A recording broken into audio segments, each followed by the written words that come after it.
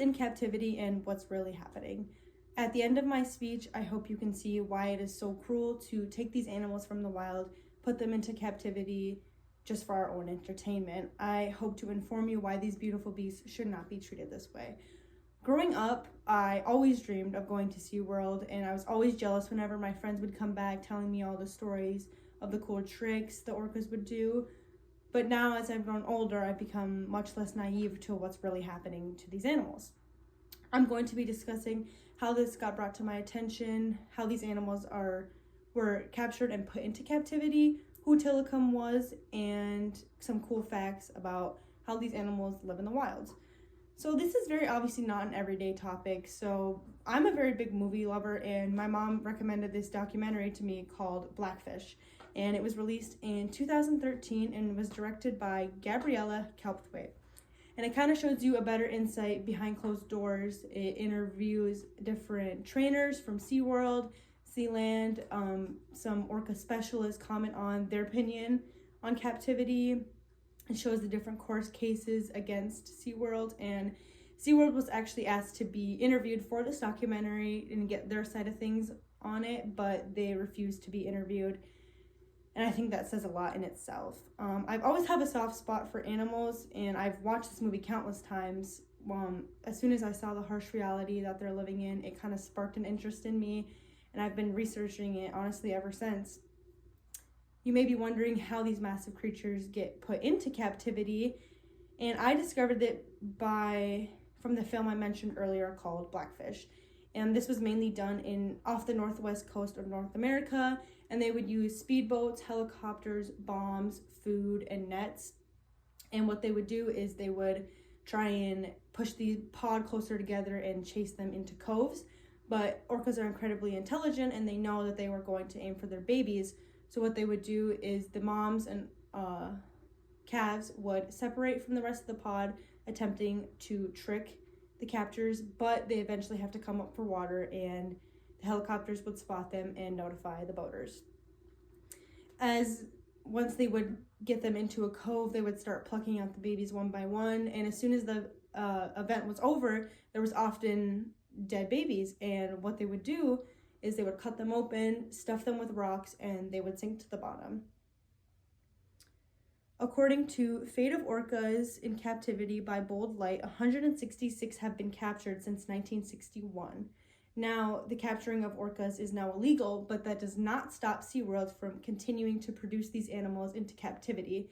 And it is proven that giving these animals this type of lifestyle rather than how they should be living makes them go crazy. And Tilikum is a perfect example of that. Tilikum was probably one of the most famous killer whales and still is to this day. He was originally bought by Sealand at the age of 2 and was confined to a small pool space for the rest of his life. He was bullied by other orcas and always had teeth marks all over him, gashes all over him. There wasn't a day that would go by where he wasn't getting bullied by another orca. A tragic death ended up occurring at Sealand due to Tilikum lashing out and grabbing someone's foot and repeatedly pulling them under, up, under, and they eventually died. Sealand ended up closing, and SeaWorld bought Tilikum, but did not inform any of the trainers at SeaWorld of the previous event that occurred that Tilikum did. He ended up killing 3 people in his lifetime, and not once was he taken out of shows. He was never put down. He was never released. Nothing. He continued to be in close contact with people. He lived to perform instead of living as a wild animal as he should have been, and he was not born aggressive, but the way his life went led him to become that way. If he wasn't performing, he was floating lifelessly in his 30 by 18 meter foot, and it was no stimulation. He had no social contact. He had no culture with any other whales, and he was treated cruelly and improperly his entire life. Orcas are referred to as killer whales, but not because of their violent acts towards humans, but because of their brave and interesting hunting techniques. According to killer whales share personality traits with humans and chimpanzees. They have a very complex mind and personality, and as you can see, they are often related to chimpanzees and humans in the way that their mind works and their personalities. They are very affectionate, playful, and social creatures. They can even communicate with each other according to whale talk, orca communication, and dialect. Each pod has essentially a different language. Scientists don't like to say it that way, but they have different cultures depending on where they are in the world, and two orca pods cannot necessarily communicate with each other because they have such different languages.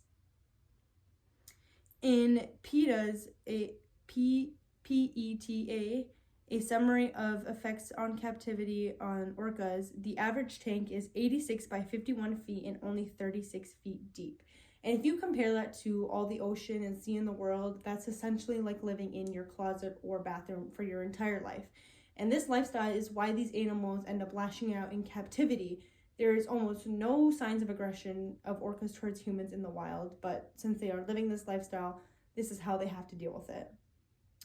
No aquarium, no tank in marine land, however spacious it may be, will never even come close to duplicating the vast ocean. This is said by Jacques Cousteau, and it's a very true quote, and I think it's very important for people to know.